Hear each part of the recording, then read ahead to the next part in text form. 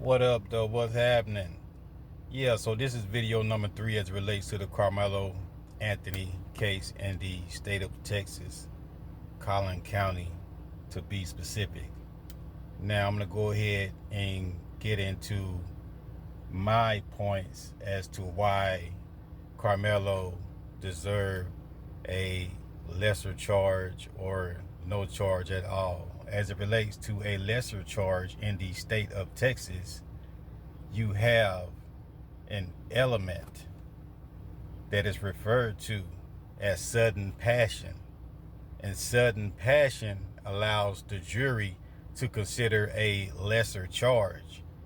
And the aspects and the elements of the lesser charge, there will be something like a strong emotion, like anger or fear or shock. Now, remember that anger, shock, or fear.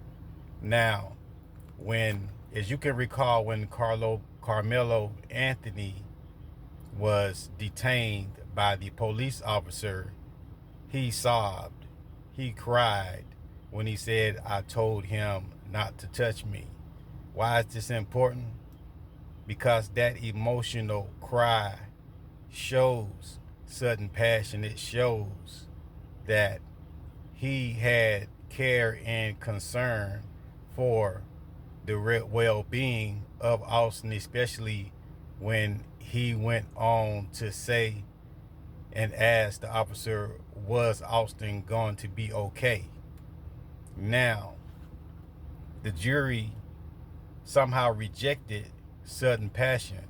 Why would they reject sudden passion when it was obvious that young Carmelo showed fear at the time when the incident happened, was even crying, and even showed concern and care for Austin by asking, was he going to be okay?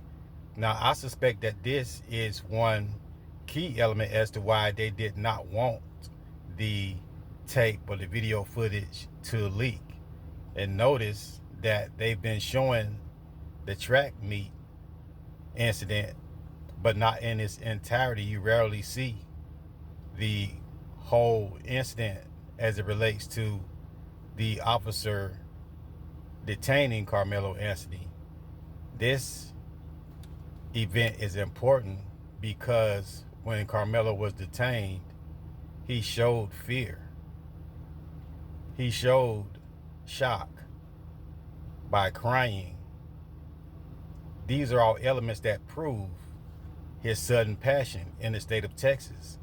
And what that does is that reduces his punishment range from murder of facing up to 99 years down to 2 to 20 years in the state of Texas. Now, this is one reason, based on sudden passion, this is why Carmelo Anthony should have a lesser charge, and this is why that this is not a cold-blooded murder. My name is Kelvin Lett. This is part 3. Stay tuned to part 4. I'm also going to lay out another reason, another element as to why he should not have been convicted of murder, and that he should have been at least given a justifiable homicide or criminally negligent homicide. Now y'all stay tuned for part 4. More to come.